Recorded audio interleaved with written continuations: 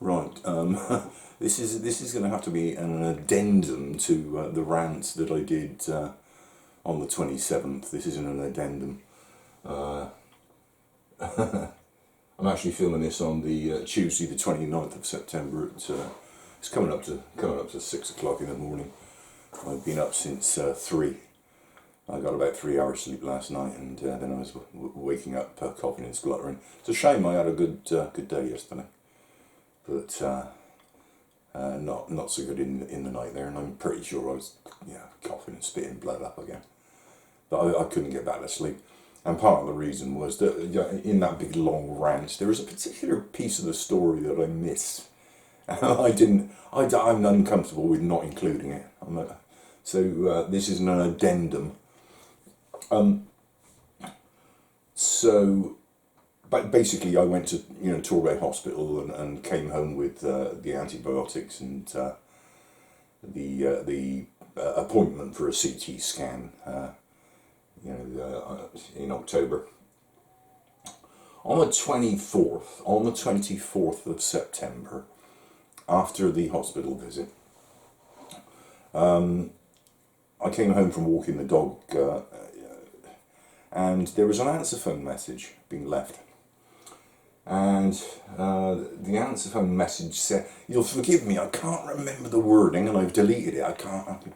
You'll have to take my word for this, but basically the message said something along the lines of, "Oh, hello, Mr. Jones. I'm just following up after your hospital visit." And there was no name. They didn't leave their name, and they didn't leave their number. So somebody had rung me up doing a follow-up.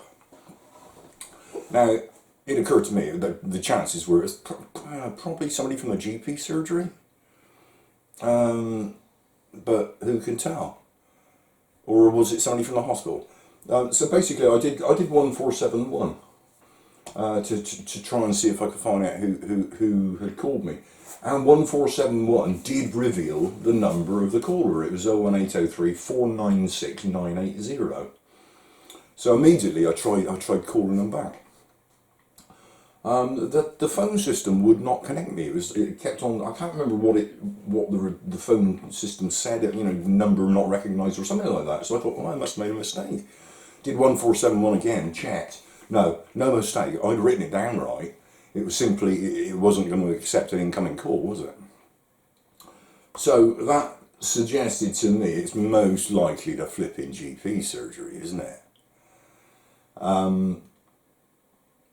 Who I do not now hold in high regard at all. Now, phoning the GP surgery is a nightmare. The 5 minutes of the COVID and then in a big long queue and all that. So I thought, let's cross off let's cross off the fact that it might have been the hospital. Let's ring the hospital first. Straight through to the hospital. No, that's not our number. That's not one of our numbers. Right, thank you very much. So I had no alternative but to ring the GPs. So same old, 5 minutes of COVID, if you're ill, don't come here. And finally through into the queue system. And I was caller number 14. 14 in the queue. I was caller number 14 in the queue. What else can you do? You just got to sit there. This was around about midday. 14 in the queue. It actually went down fairly quickly. I was only sat there waiting for 16 minutes, which I suppose is relatively quick by their standards, is it? I don't know. I'm sure some people hung up the way that the numbers suddenly jumped down. 14 in the queue. Anyway, around about 12:16, the people on the reception desk answered.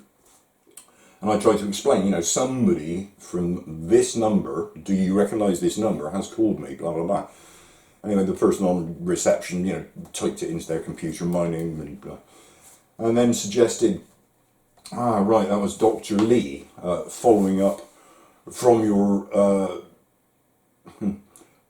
hospital visit. Now, I can't remember the wording, so there's nothing I can do about this, nothing. But in that conversation, at some point, the person that I was talking to on the phone said that it's Dr. Lee, whoever that is. I've never seen a Dr. Lee. I don't know who that is. They were they were following up on my lung cancer and the visit to the hospital. They actually said it. You know, blah blah blah, lung cancer. I can't remember the wording, but they said that, and that got to me a bit. It's like, hang on a minute. You know, I haven't had a CT scan yet. Nobody's directly said I've got lung cancer. And here's some flipping receptionist on the phone saying, oh yeah, following up about your lung cancer. I was feeling a bit bloody minded. I deliberately kind of embarrassed her and sort of said, oh, it's lung cancer then, is it? I quickly tried to, you know, she tried to sort of backtrack, and I just, you know, thought that, look, there's no point messing around with this. So and she then started trying to find me a slot in the system for the GP to be able to call me back again. I've told them in the past there's no point in calling me in the mornings because, you know, I'll do the dog thing. But, you know, what difference does that make? Anything you say. Anyway, I just thought, you know, let's not waste the time of the doctor. I said to the woman on reception, look, as far as I'm concerned, you know, I did the hospital thing. I'm waiting for a CT scan. Until I get the CT scan, there's nothing much more to be said. Unless the doctor has something specific to say, please don't waste the doctor's time. You know, there's no point in her calling me back. And that was that was how we ended the call. That was how we ended the call. I just, you know, that's an addendum to the story that I was trying to tell the other day. You know, it may seem I'm being harsh about this. What was it, Mayfield or something? This medical centre, but I've got no faith in these people. And the worst of it is that when I got the CT scan appointment, on the letter it says that you know, I'm going to go through all of whatever I'm going to go through, and they're going to provide the results to the GP. So, you know, these flipping, God, I can't help but say it, these incompetents at the GP surgery, you know, they are going to be given the results of my CT scan thing. Well, how long is it going to take them to bother to get back to me? Are they going to think to even leave an answer phone message if I'm out? So I'm not too happy about that. You know, in conversation with somebody suggested, look, you know, when you go for the CT scan, make damn sure they tell you and give you a copy. You know, this was somebody who had experience with such things, and yeah, that makes sense. I'm going to be a bit belligerent and a bit, you know, in their face when I do this CT scan, sadly, and make damn sure that I get told something before it gets lost in the GP system. It's not flipping right what's going on, is it? Is it? I don't think so. I don't think it's right. You know, this is a pretty important time in my life. And, you know, to get dicked about like that, to get dicked about, consistently dicked about by a bunch of flipping jokers, it's not right. Anyway, that's my addendum. I didn't want to miss that bit out. I'd missed that bit out, and it's so difficult to just sit in front of a camera and do a piece to camera. I admire the people that do. I've been following a particular doctor. He does a piece to camera almost every day about COVID and all of that sort of stuff, and I've been watching a lot of him, and he just does it in one take. Absolutely amazing. Here's a little tip for anybody who watches rubbish like this, who can't be bothered to sit through it all. It is possible to play these videos at slightly higher speeds. You can turn the speed up. I do it regular. Anyway, there's my addendum.